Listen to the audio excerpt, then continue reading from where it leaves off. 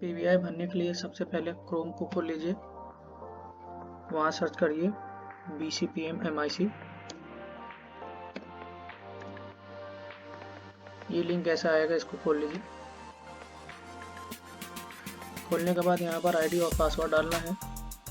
जिसका ID password गलत है या जिसको नहीं पता है वो अपने यहाँ पर DCPM से पूछकर उसको सही कर सकते हैं या पता कर सकते हैं।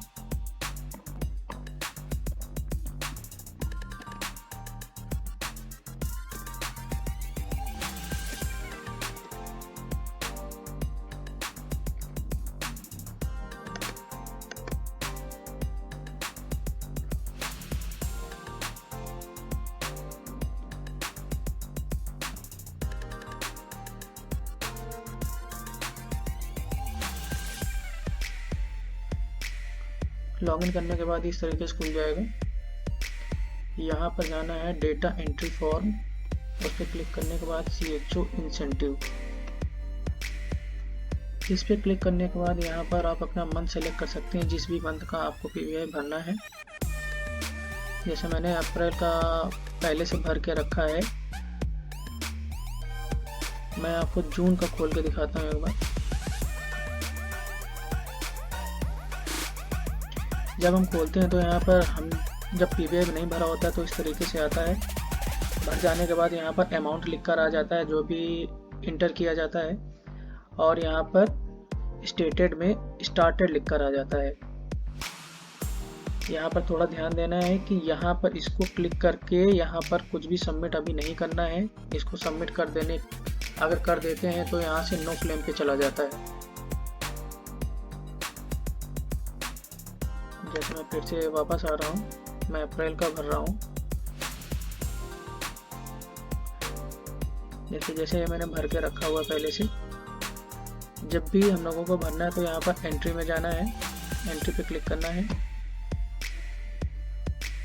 तो इस तरीके से खुल के आ जाएगा। अब एक एक पॉइंट को ध्यान से अपने सेंटर के डेटा के हिसाब से भरना है, जो भी आपने अचीवमेंट किए हैं उसके हिसाब से। तो एक एक को क्लिक करके ओपन करना है। पहला ANC आ रहा है, यहाँ पर आपके यहाँ जितनी भी ANC हुई हैं वो उनको फिल कर लेनी है। जैसे मेरे यहाँ 15 हुई हैं। मेरे टारगेट पॉपुलेशन के अकॉर्डिंग मेरे को 14 होनी चाहिए थी, लेकिन मेरी अभी 15 हुई है। तो जैसे यहाँ पर फिल करेंगे उस हिसाब से पेमेंट आपका होता जाएगा। जब ये आप फिल कर लेंगे, यहाँ पर अमाउंट को ध्यान दीजिएगा कि जो भी आपका अमाउंट यहाँ पर शो करेगा उसके बाद इसको सेव एंड अपडेट कर देना है। सेव अपडेट करने के बाद ये इस तरीके से हो जाएगा, ओके कर देना है। अब एक पॉइंट हमारा भर गया है। इसी तरीके से सारे पॉइंट्स को भर लेना है।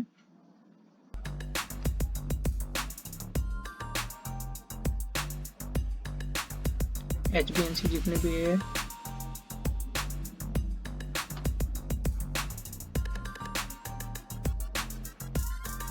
Next routine immunisation. आपके यहाँ पर जितने भी बच्चों का टीका लगाया गया है 0 से 2 साल तक के बच्चों को, उनको यहाँ पर एंट्री करनी है। ये आप अपने एनम या आशाओं से डेटा कलेक्ट कर सकते हैं। उसके बाद इसको सेव अपडेट कर देना है।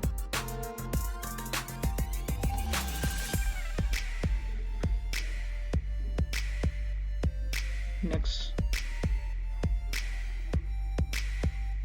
Number of TB cases required for diagnosis. यहाँ पर हमको हमारी जो भी OPD होती है हमको उसका 3% रिफ़र करना होता है TB के स्क्रीनिंग के लिए। तो हमारी जो OPD है वो 400 होती है, उसके अकॉर्डिंग हमारा टारगेट 12 होता है। 12 से कम नहीं होना चाहिए, 12 से ऊपर ही होना चाहिए। तो जैसे यहाँ पर 17 भरा हुआ है,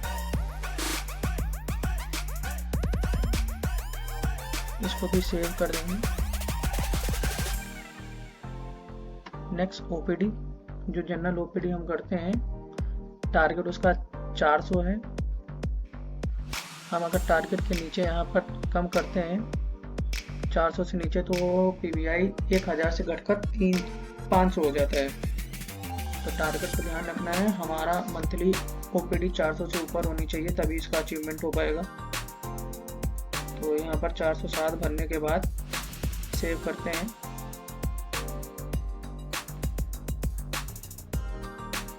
अगला पॉइंट सीबैक फॉर्म है।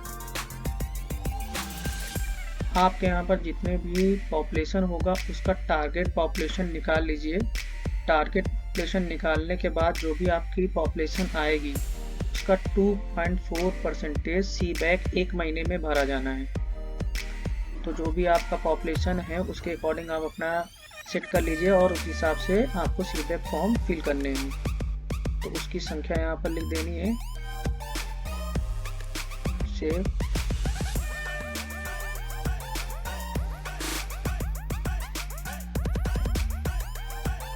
नेक्स्ट है हाइपरटेंशन। हम लोग जो मंथली रिपोर्ट में भी भरते हैं हाइपरटेंशन के मरीजों को कितने लोगों को देखा गया, वही संख्या यहाँ पर डाल देनी है, या आपके द्वारा जितने भी हाइपरटेंशन के मरीजों की स्क्रीनिंग की गई है उस संख्या को यहाँ पर डाल देना है। सेम वो भी ऐसे ही है, टारगेट पॉपुलेशन का 2.4% होगा तभी 100% क्लेम कर सकते हैं। तो ये दो पार्ट में डिवाइड है, 7A और 7B। 7A में केवल सीबैक की संख्या बननी है, 7A में जितने भी हाइपरटेंशन की स्क्रीनिंग की गई है उनको भरना है, सेव कर देना है। नेक्स्ट इसी तरीके से जितने भी हाइपरटेंशन के मरीजों को देखा गया है उसमें से कितने मरीजों का ट्रीटमेंट चल रहा है तो उनकी संख्या यहाँ पर भर देनी है।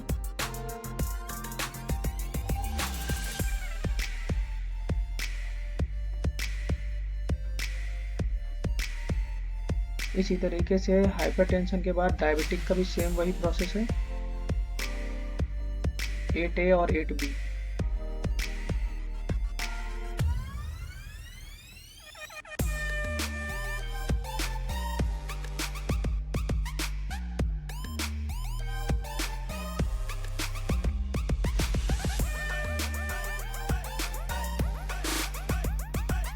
Next tele consultation. मंथ में 50 के ऊपर टेली कंसल्टेशन की जानी है। पहले की गाइडलाइन में 25 दी गई थी लेकिन अभी जो भी अपडेट कर दिया गया उसमें 50 है, तो इसको आप देखकर अपने हिसाब से भर लीजिएगा। यहाँ पर एक थोड़ा सा टेक्निकल इशू हो रहा है, जैसे ही हम लोग यहाँ पर CHO का इंसेंटिव 1000 होता है लेकिन आशा और इनफ का उसका आधा हो जाता है, तो ये एक टेक्निकल इशू है। अगर आप यहाँ पर इंसेंटिव टेली कंसल्टेशन को 50 भरते हैं तो आपका इंसेंटिव घटकर 500 हो जाता है।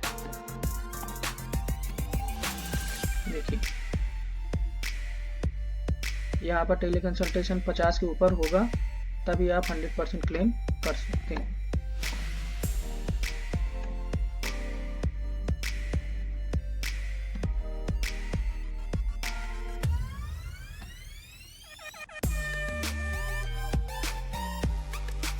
अगला वेलनेस एक्टिविटी। हर वेलनेस एक्टिविटी में 10 एक्टिविटी करनी है, उसमें से कोई भी एक्टिविटी हो सकती है, वो आपको अपने वेलनेस सेंटर पे करनी है। उसका नंबर यहाँ पर लिखना है जितने भी आपने वेलनेस एक्टिविटी अपने सेंटर पे की हुई है, उसको सेव।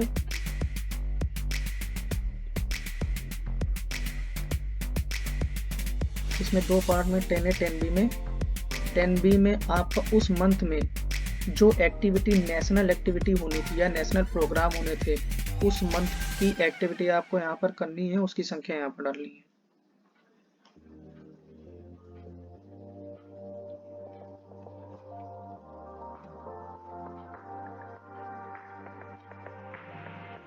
Next HWC reporting. इसमें मंथली और डेली रिपोर्टिंग दोनों का है। जो पहला वाला HWC रिपोर्टिंग है इसमें हम लोग जो डेली रिपोर्टिंग करते हैं उसमें जितने भी दिन में रिपोर्टिंग की गई है, जैसे एक महीने में आपने 20 दिन करी है, 25 दिन करी है या 27 दिन, जितने भी दिन करी है वो संख्या यहाँ पर डालनी है। 20 से कम नहीं होना चाहिए, इसका टारगेट है 20 कम से कम डेली रिपोर्टिंग की जानी चाहिए एक महीने में। अगर आप नहीं करते हैं तो यहाँ पर फिर 0 हो जाएगा टारगेट, आप किसी भी उसके लिए फिर इसके लिए क्लेम नहीं कर सकते। तो आप डेली रिपोर्टिंग एक महीने में कम से कम 20 दिन होनी ही चाहिए।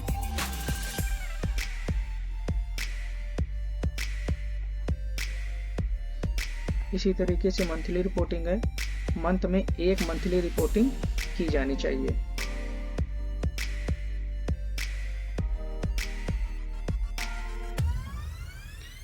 नेक्स्ट, जन आरोग्य समिति। हर वेलनेस सेंटर में एक जन आरोग्य समिति की मीटिंग का गठन किया जाना है, जिसमें कम से कम 60% मेंबर इन्वॉल्व होने चाहिए। वो मीटिंग की जा रही है तो 1 डाल देना, अगर नहीं की जा रही है तो 0।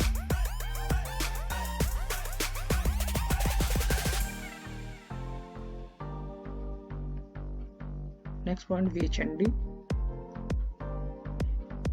इसमें सभी को पता है कि वीएचएनडी की जानी है, मिनिमम 2 वीएचएनडी पर मंथ की जानी है। अब आपके द्वारा जितनी भी वीएचएनडी की जाती है उसकी संख्या यहाँ पर फिल कर देनी है, 2 से कम नहीं होनी चाहिए।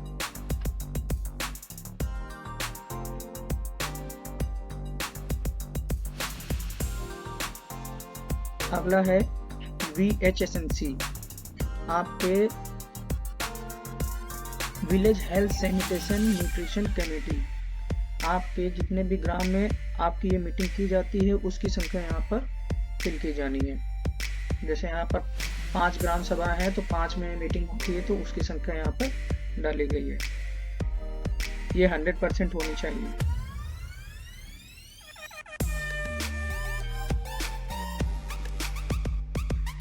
अगला, रिफर एंड फॉलो अप। आपके द्वारा जितने भी पेशेंट को रिफर किया जाता है उसकी संख्या यहाँ पर आ जाएगी, और जहाँ पर रिफर करते हैं जैसे CSC या PSC में, वो वहाँ पर पेशेंट कितने रिसीव हुए उसकी संख्या यहाँ पर डाली जाएगी। अब वो कोई भी हो सकते हैं, आपके डेली OPD के हो सकते हैं, NCD के हो सकते हैं, कोई भी। तो यहाँ पर उन दोनों को फिल करना है। उस जो भी आप फॉलो अप में रिफर कर रहे हैं उसका 35% यहाँ पर होना चाहिए, तभी इसका 100% क्लेम कर सकते हैं।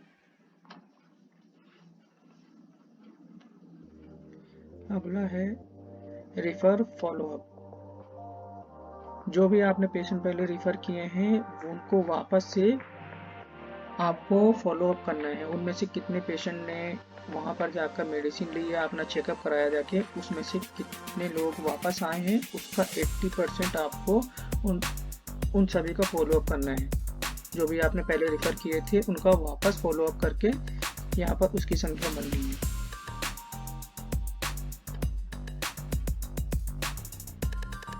इस तरीके से सारे पॉइंट्स को भर लेना है ध्यान से देखते हुए। नेक्स्ट, यहाँ पर प्रोग्रेस रिपोर्ट में जाकर आप अपना देख सकते हैं कि आपने जो भी फिल किया हुआ है। CHO वाइज इंसेंटिव, आपने जो भी मंथ में अपना भरा है उसको यहाँ पर मंथ को सिलेक्ट कर सकते हैं और उसको देख सकते हैं। जैसे यहाँ अप्रैल मंथ को सिलेक्ट किया, जनरेट रिपोर्ट, यहाँ पर जितना भी आपने क्लेम किया हो वो सारी अमाउंट लिखकर आ जाएगी।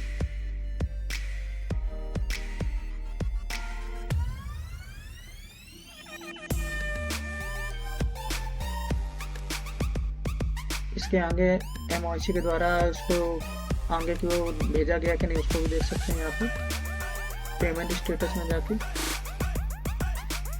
यहाँ पर अप्रैल मंथ सेलेक्ट कर लिए। यहाँ पर CHO के द्वारा PBI को जनरेट कर दिया गया है, स्टार्ट कर दिया गया है, लेकिन अभी यहाँ MOIC के द्वारा स्टार्ट नहीं किया गया है। तो यहाँ से देख सकते हैं, इसी तरीके से अपना PBI भरना है। अब एक बार फिर से वापस जाते हैं।